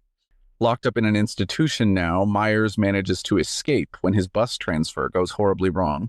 Laurie now faces a terrifying showdown when the masked madman returns to Haddonfield, Illinois. But this time, she is ready for him. And this is the one where she has like her whole house rigged up with like little booby traps and whatnot, like Kevin McAllister. Yeah, effectively she has like a Home Alone setup. Exactly. Yeah, where she has all this stuff. Okay, so I think the overall tone for this movie, I think a lot of people will agree that this is a legacy sequel that was done right, at least at first, right? I would say so, yeah. I mean, yeah, different people have different opinions about Halloween Kills and Halloween Ends, which are the sequels to this one, but I would say most people agree that this one got it pretty right. And I like how we just overall skipped over the Rob Zombie movies, but whatever. Well, honestly, by the way, when you asked me what I thought when this movie came out, I was happy because I hated the fact that the Rob Zombie movies had come out since the originals and that there was no chance for a new sequel. Because it really felt at that point, because there was that period, right, in like the late 2000s, early 2010s. Horror movies were crass and really, really like... They just wanted to be like messed up and gross and serious, and also they weirdly wanted you to like identify more with the killers at some points. This isn't what it's supposed to be. And anyway, when they remade all those movies, like they remade Friday the 13th, I think Michael Bay was involved, or at least he produced it. They did all that, and I remember just thinking, oh damn, that officially means there's no chance for a sequel, right? Because they're remaking it. So that's it. And not only that, but this was also like the time where they made all of the victims unlikable. And it's kind of like, well, who am I rooting for? Right. I know. Yeah. They completely kind of lost the plot with making these. And yeah, so when this trailer came out, I was like, oh my God, yes. Thank you. Exactly. Yeah, because I remember seeing the Halloween, I don't know if it's just called Halloween, but the Rob Zombie version. Yeah, the first movie was Halloween. Rob Zombie made Halloween. And then this movie, which was a sequel to Halloween, was also just called Halloween. Yeah, and then he also made Halloween 2. And you know what I mean? Anyway, but like I remember seeing this scene and it's like the Michael Myers family is not the family from the original one. It's like them living in some like crack house trailer park, whatever, and they're all screaming at Michael like, you fucking bitch, you fucking blah blah blah. And the mom is like, shut the fuck up, Michael, come eat your cereal or whatever. You know, it's like, wait, where did Michael come from a broken home? Wait, what made it scary was the fact that he was just crazy. I know. Yeah, that was the whole thing in the original movie. It didn't seem screaming at you like if you disagree with me. No, I do agree. Yeah, I know. In the first movie, it seemed like he lived just like a nice, normal life, but somehow was a killer, and that was the creepy thing. Yes, I know. Well, I agree. I agreed, Luis. Damn it. Anyway, so we're not even talking about that movie. We're talking about Halloween 2018. But you're right. Do you think that them ignoring all the sequels after the 1978 version, do you think that was bold, or do you think that was lazy? I mean, it was bold. I do have to say, I find something weird about the fact that they just called, because if you're going to make a sequel or a requel, whatever it is, you can't name it the exact same movie as the movie title as the first movie. Yeah, because if you're following that timeline, it's like, oh, watch this one. It's Halloween, and then it's Halloween. And they're like, what? Yeah, it's almost like they were trying to trick you into thinking it was a remake, but then in the trailer, they literally are indicating that it's not a remake. So I don't know. Yeah, it's a little weird, but I mean, I like that they took a different timeline, because then it's like, okay, whatever you liked about the first one, guess what? We're going to continue that with the next one, because it takes place right after, maybe years later, obviously, with some flashback scenes. But everything from part 2 to whatever did not happen. You're right. I know. No, it was bold. And on some level, it does keep things cleaner, I guess. Yeah. But I don't know. Maybe I'm just mad that it eliminated H2O from the canon. Yeah. What do you think of them turning Laurie Strode into like a doomsday prepper, like somebody who's like into survivalism. I know, yeah, they made her like a doomsday prepper, exactly. I mean, I guess that is a direction that it makes sense for the character to have gone, right?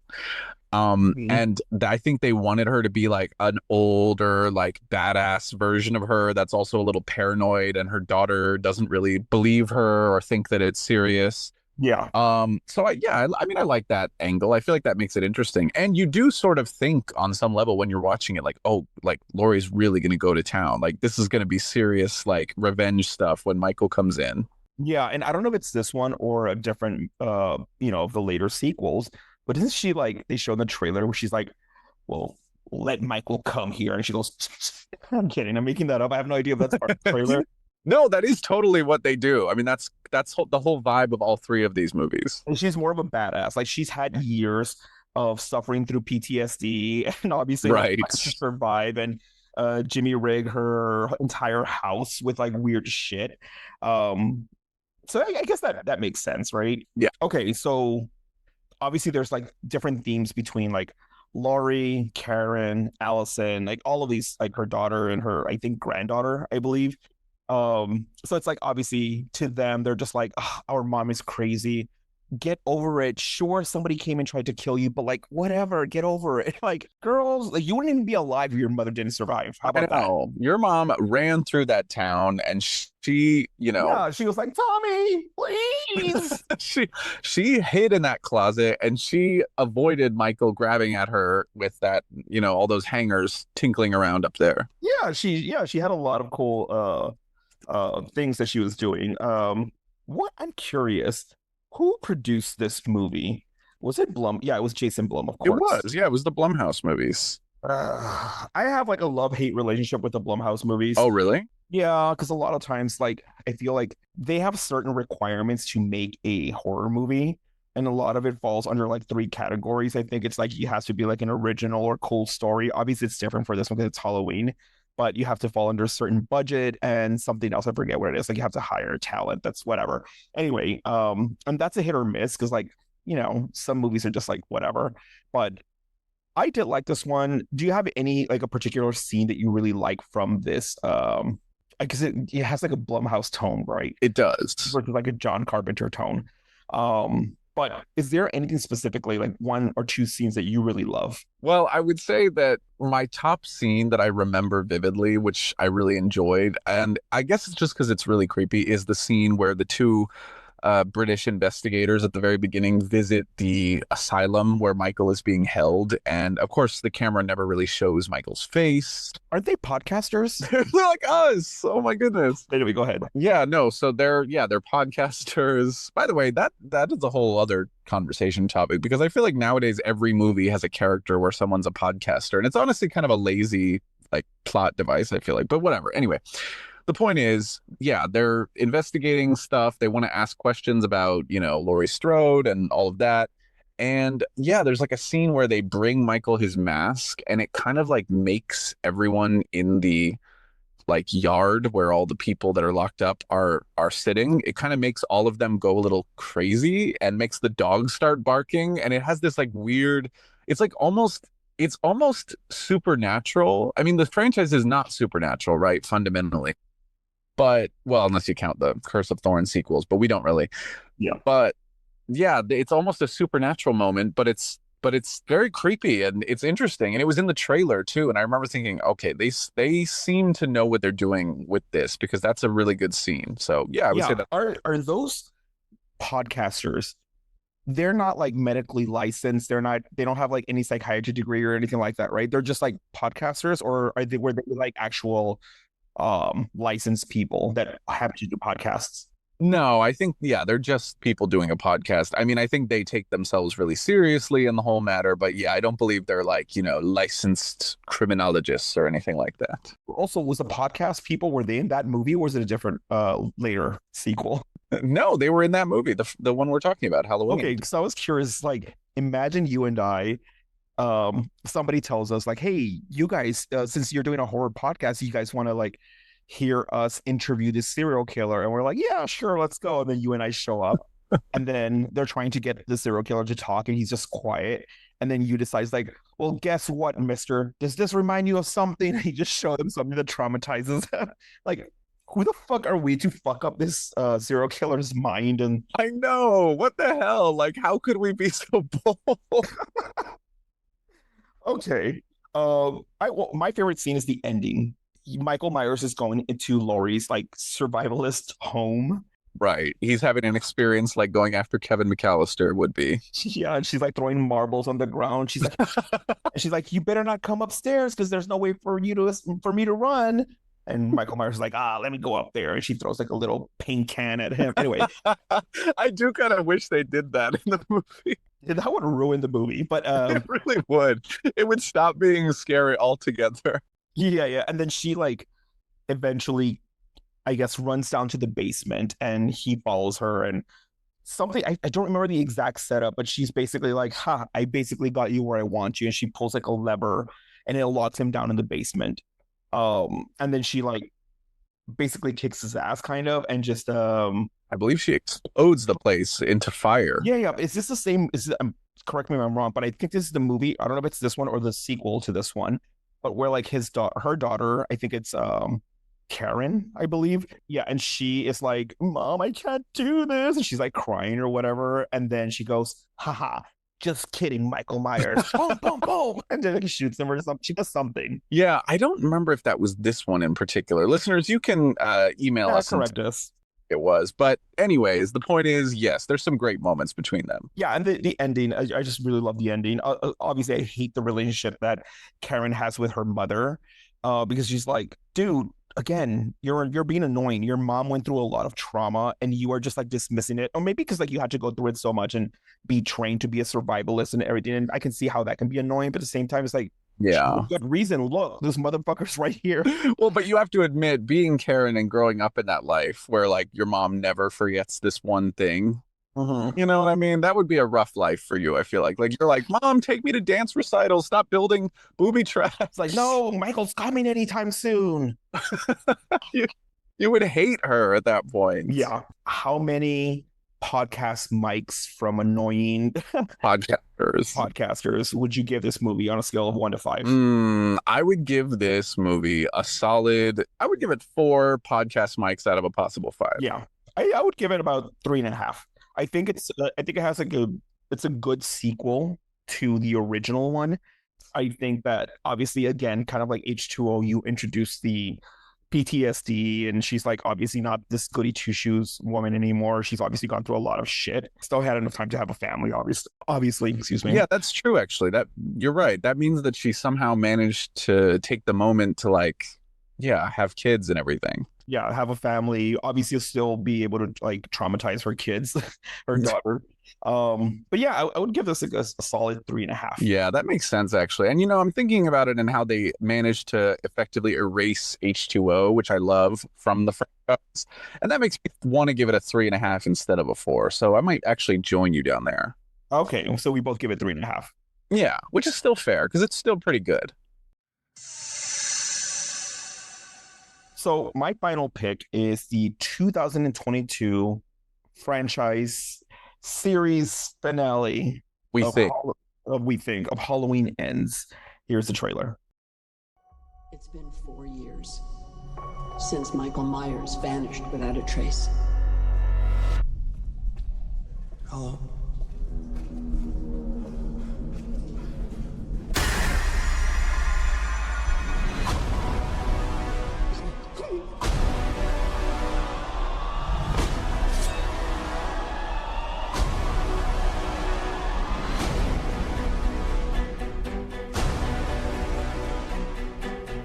I was certain that I saw him watching me.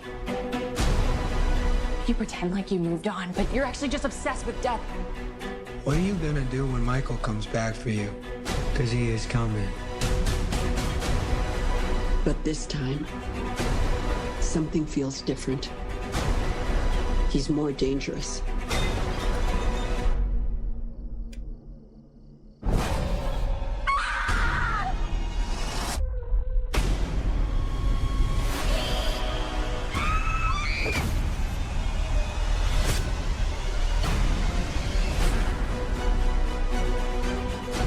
killed my daughter. But tonight, I will kill him. Come and get me.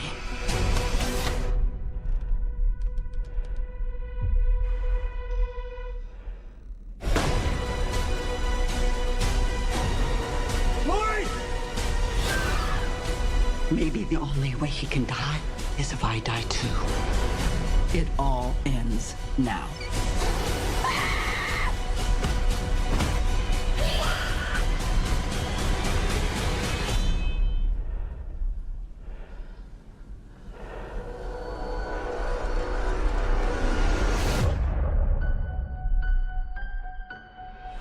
You came here to kill me, so do it.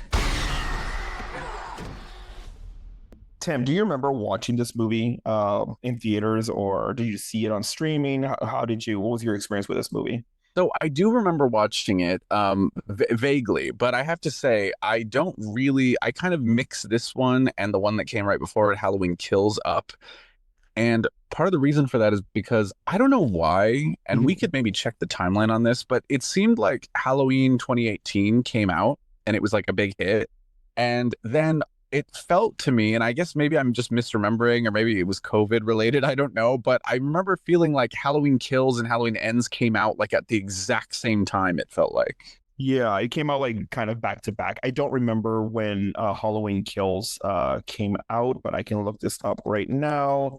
Well, it'll be fun for our listeners to hear us as we frantically Google things. Yeah, it came out a year before the one that I'm talking about. So this is what I'm saying. It came out in 2021, Halloween Kills did, and then Halloween Ends came out in 2022. It's like, isn't that, I don't know, there's something about that that's like, isn't it like, give it the weight, give it the give it the weight, excitement of waiting for a movie. Yeah, I know. Yeah, because when you think about the distance between like even Halloween, the original Halloween and Halloween 2, it was like what, 4 years? Yeah. So, I mean, apparently this was like, it was going to be released at a certain time, but because of the COVID pandemic, I don't know, it just kind of like ruined the release stuff together. Well, let me give you the plot, Tim, in case you don't remember. Okay, sorry. 4 years after the events of the last year's Halloween Kills, Laurie is living with her granddaughter, Allison, because they killed her daughter, Karen, in the sequel, Halloween Kills, and is finishing writing her memoir. Michael Myers hasn't been seen since. Laurie, after allowing the specter of Michael to determine and drive her reality for decades, has decided to liberate herself from fear and rage and embrace life.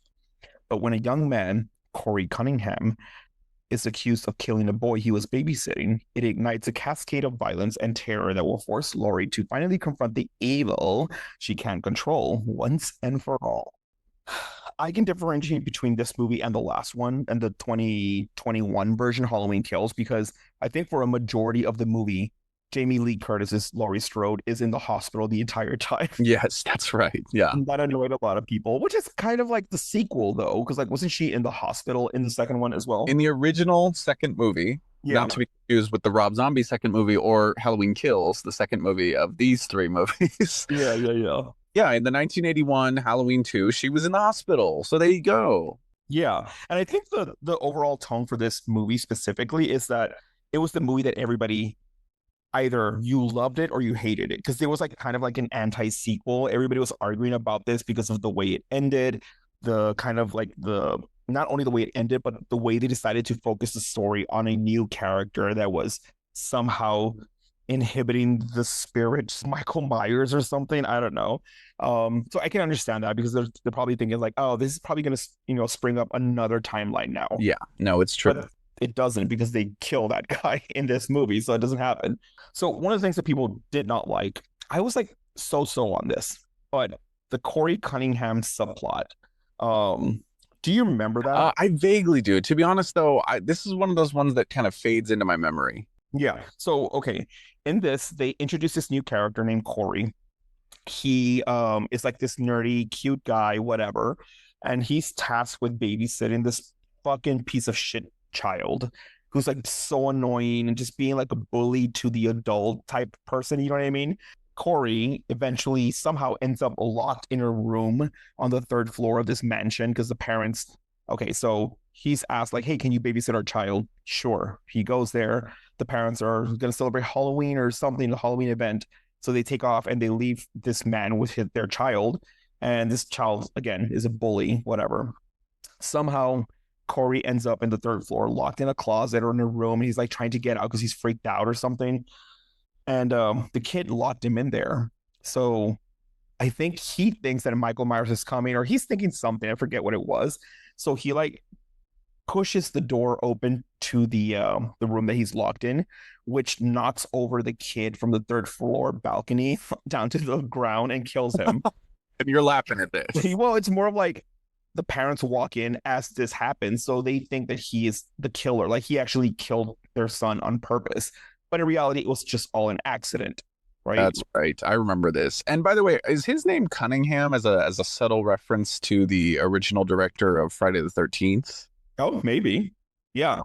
So, okay. So this subplot, it made a lot of people angry, kind of. Like, do you think this subplot overall, if you remember it, do you think it was like just misunderstood by audiences, or do you think they just shouldn't have placed it in the movie? Like, it just didn't make sense? I mean, on some level, I admire them for taking a little bit of a bold stance, because I do feel like at some point, you know, with horror movie sequels, you're kind of, I don't know, you're scraping the bottom of the barrel, right? With plots, like there's only so much you can do or say. So I feel like, Yeah. you know, they took a little risk. I feel like it's interesting. I was okay with that introduction of people basically villainizing this one guy at the local, community, and saying like, "Oh, you are just a killer. You're just as bad as Michael Myers," and blah blah blah. Like, I understand that. I think Right. that could be fun, but him ending up in the sewers after being bullied by these band nerds, apparently with baritones and tubas, and Oh, I see what you're doing. and then he ends up like in a sewer or something, like, and then he's being like traumatized by a homeless guy, whatever, and then he ends up inside the sewers, and that's where Michael Myers has been the whole time. Like, I thought that was kind of stupid. I keep in mind, listeners, that I still like this movie. It's part of my top three. But, Yeah, going against it. yeah. So what do you actually like, Luis? I did think that that was stupid, that Michael Myers was like so hurt from the previous movies, like physically, maybe emotionally and mentally. And now he's like, "Oh, I'm gonna retreat to the sewers and just live there forever." Just lives there among the alligators. And just eats raccoons and rats and whatnot. But Well, in the original movie, he ate a dog, remember? I don't think he ate the dog. I think he just broke the dog in half or something. No, that's not true, Luis. That's not true, Ellen. Dog. Louis, if you remember, Dr. Loomis said he got hungry. Oh, I don't think he means that literally.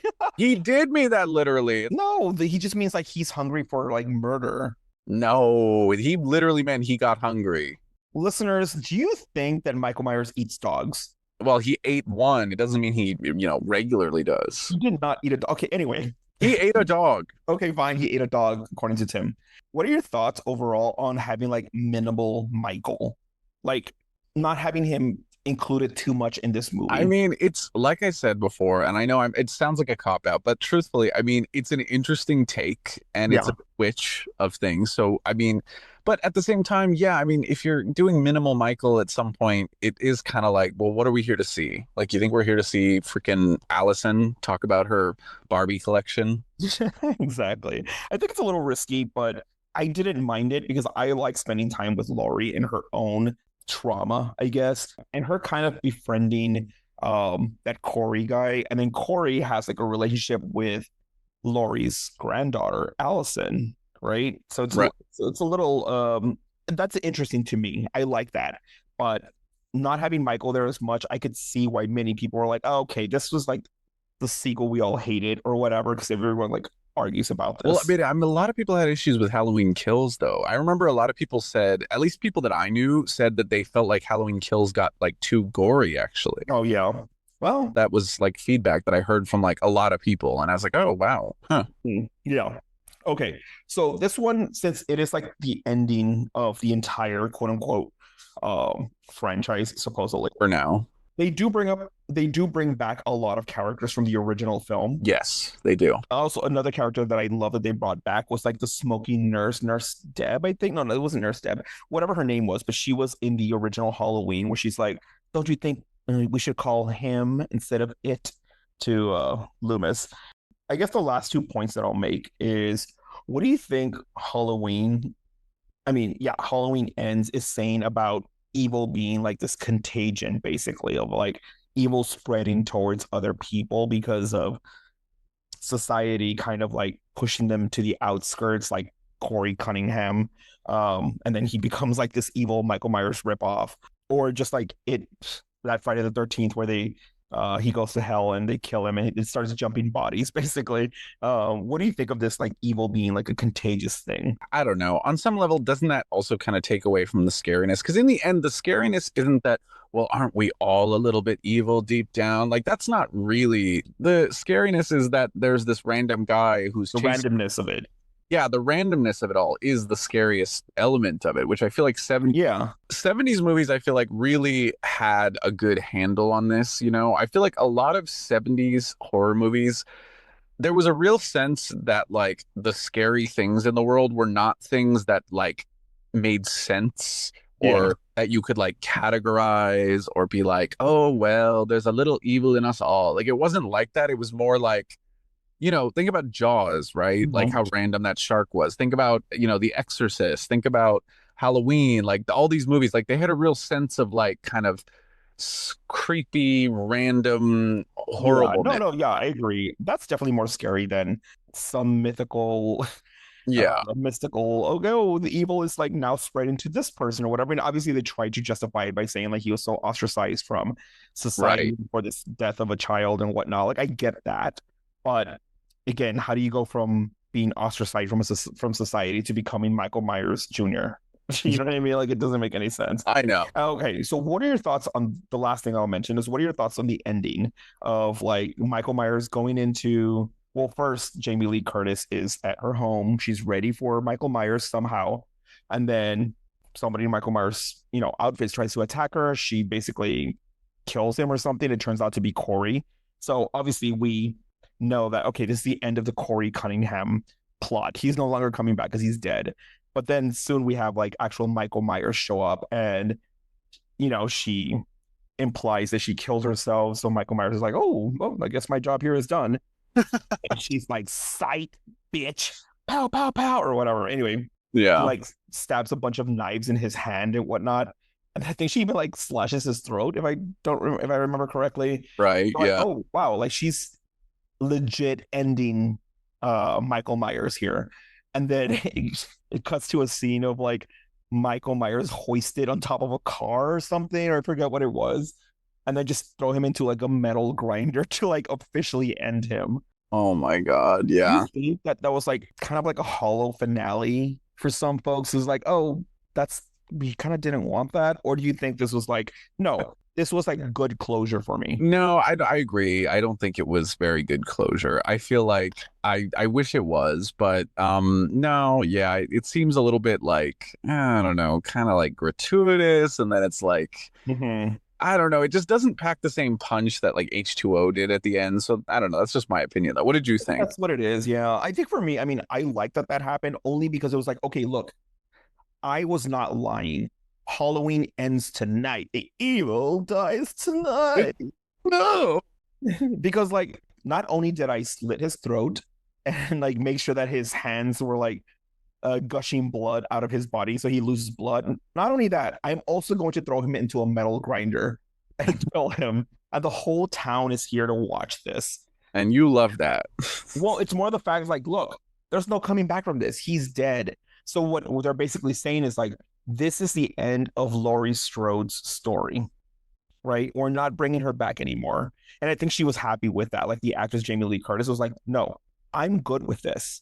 Because at least I'm no longer tied to Halloween in the sense that I like, oh, let me come back and make a stupid one where it's like, oh, it turns out it wasn't Michael Myers. It was Tim Smith who was wearing a costume and went into the wrong house and got attacked. Ben Tramer.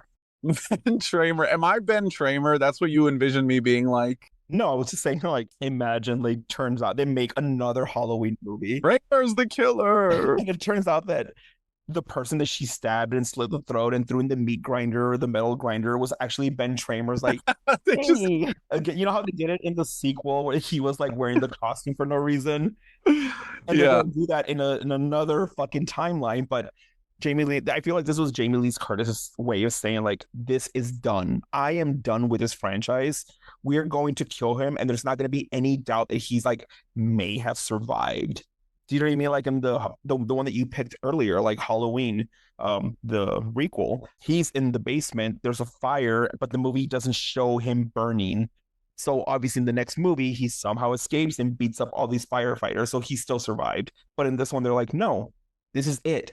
We are killing him. And they did. Oh, I have to say though, you just know that there's some way that they can manage to undo it. I mean, Halloween H2O was so definitive. They were like, head chopped off. It's for sure him. You know what I mean? Yeah. And they were like, oh no, that was actually someone else that Michael put his costume on, and Michael escaped in a different thing. And then they made Resurrection. And then Jamie Lee Curtis is like, fine, kill me at the beginning of that movie because I don't want to be in this goddamn franchise anymore. That's what I'm saying. So, like, for her to be at the very end, she's like, no, we're gonna kill this motherfucker. They even take off his mask, and it's like an old man who's like, yeah, that makes sense. That's who Michael Myers would be right now, right? Recognize Michael's face at that point. No. Obviously, we wouldn't recognize it, but what I'm trying to say is like, you know how like you'll see like these like 2009's Friday the 13th and also Freddy versus Jason. I love Freddy versus Jason. No, I know, but Jason is still like wielding this machete and he's still like walking really fast and doing all this. I was like, dude, you were a fucking like a killer, like an adult by the 1980s because you're from the 50s. Right. So this would imply that you were at least like 70 something now. Yeah. What I do like that they did in Halloween is they're like, no, this is an old man now. And that's why he like took forever to recover in the sewers.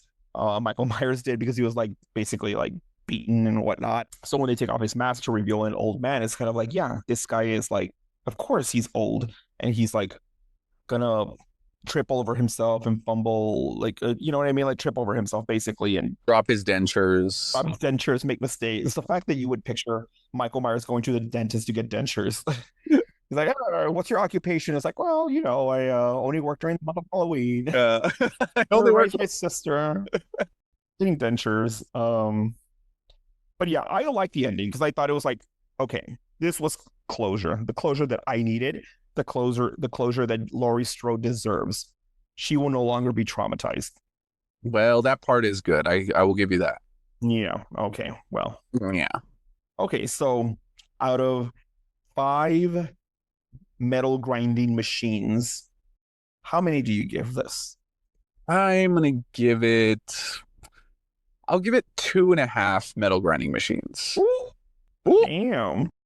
All right, 3. No, don't change your mind. It's fine. I would give it 3.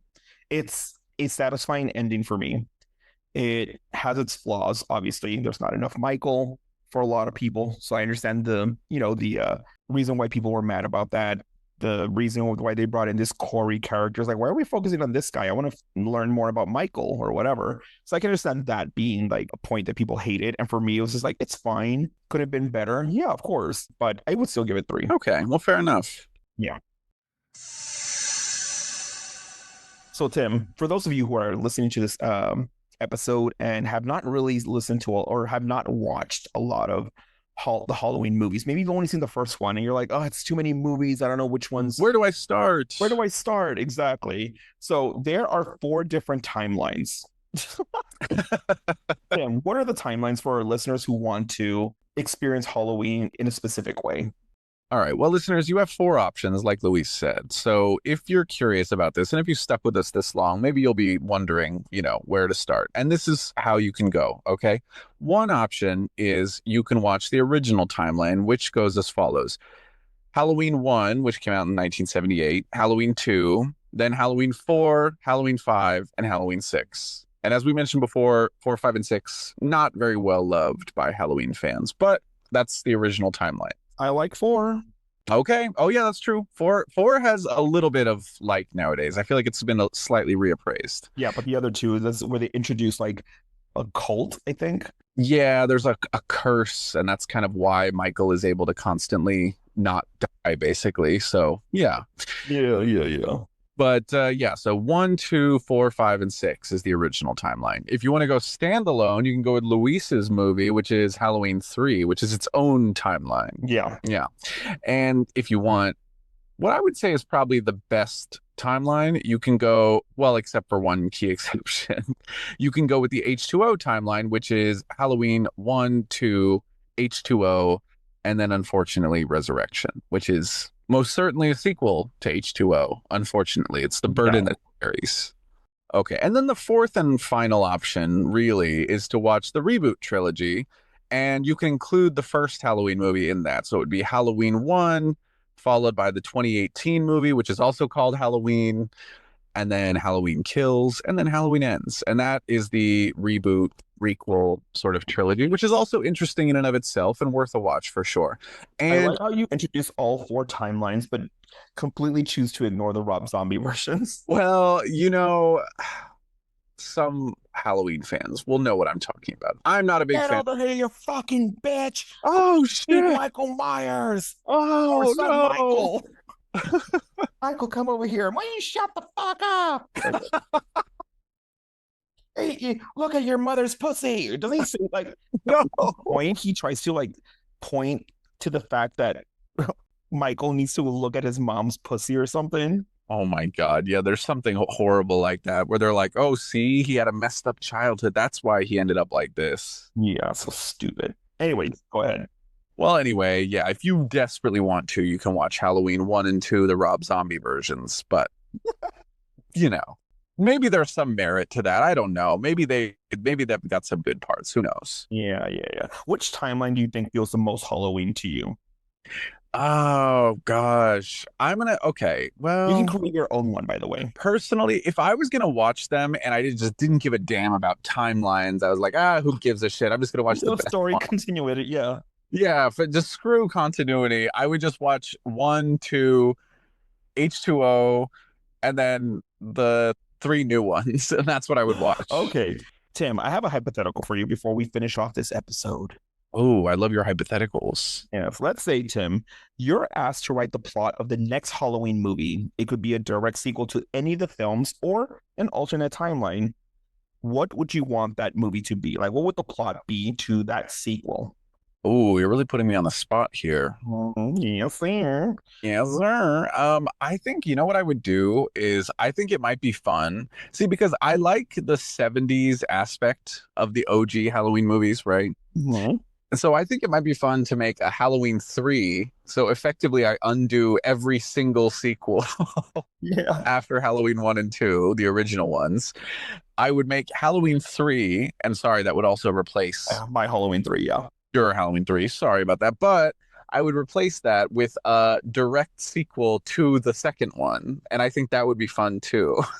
What would the plot be? Well, you see, the fun thing about it would that it would be made today, right? Like it would be, I would be directing it. It would be made today, but it would be filmed like it was the 70s. So we would film it on, 33 millimeter film or whatever. So it'd be set in the 70s. It would be set in the 70s. Everyone's hairstyles would resemble the 70s. It would just really look accurate to the time. Mm-hmm. And it would be taking place directly after all the hospital crap that happened in Halloween 2. Yeah. And Michael would become progressively more awful looking because he's going through a lot at that point. Yeah. Okay.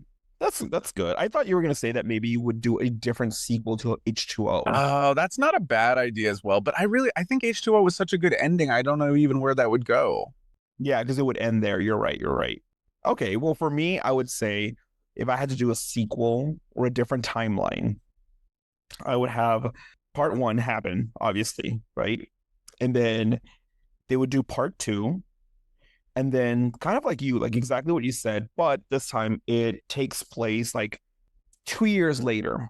And Jamie Lee Curtis is at a prom night and she's dancing her ass off. And she's like, oh yeah, baby, a doo-wop, a doo-wop. She's dancing to doo-wop music. Yeah, she's just dancing. And then they go like, and now to announce the prom queen. And they pull out like a paper and they're like, Laurie Strode. And she's like, oh my God. And then she goes up on stage. Wait. Why would Laurie Strode be the prom queen? Let's just say. She was so nerdy. Everyone didn't like her. Well, I don't know. You're a total wacko. And well, maybe it was a sympathy vote. was a sympathy vote, and then she's there in slow motion, and then somebody's like, "Yeah, do it," and they pull a fucking string, Oh, to blood falls on her, and then you're thinking like, "Oh, is this gonna be like Carrie?" yes, I am. And then she goes running. She's like, "No, no!" And then as soon as she goes outside, Michael Myers is out there. He's like, "It's okay, girl. You're my sister. I'm sorry for everything I did. I love you." And they just hug, and the movie ends there. No, you don't think that's a good sequel? That's the stupidest thing. They hug. Does the screen like close into a little circle around them when they wink at the camera? Yeah, exactly. And that's how the movie ends. You know what? You know what? I will say that would be something. It would be something we haven't seen before. It would be sort of a, it would be like a subversion of our expectations. So I like that part. Yeah, exactly.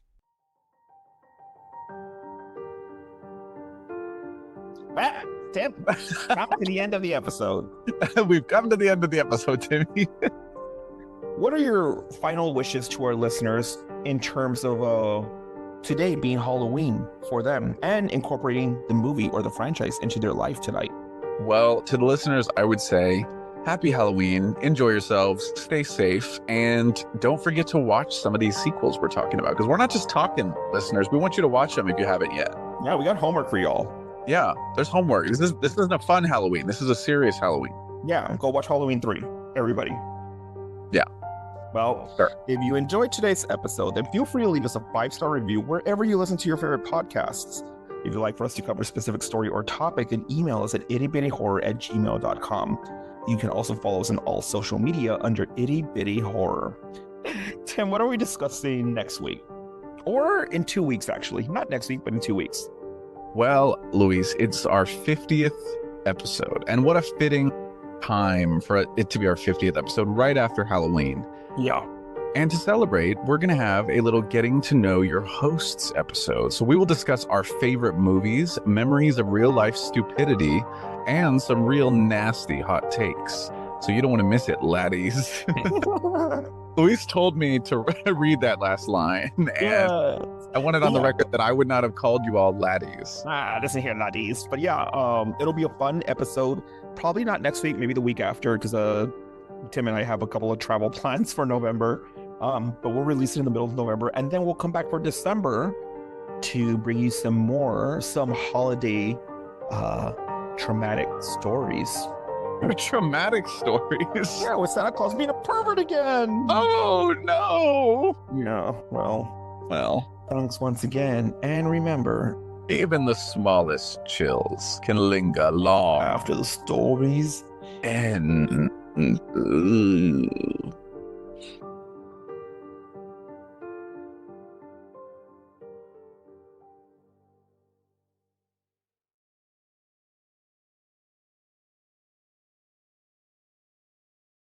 Our episode has now concluded, but if you'd like to listen to this random story we did not know where to fit into this episode, then watch this space. Thanks again and happy Halloween. Before we finish, I forgot to tell you, I started receiving all these comments on our Instagram. Excuse me. Really? We did? Well, like 3 or 4 comments, but either way. Okay, well, that's something. It was for an episode that I did, like, before you decided to join full on board, right? BT. Yeah, and before Tim, exactly. And it was episode 10 for San Francisco's haunted history, and a lot of people started commenting on this reel that I shared about how the Condor Club in San Francisco, the strip club, is haunted, right? According to this ghost tour guide, which I believe her.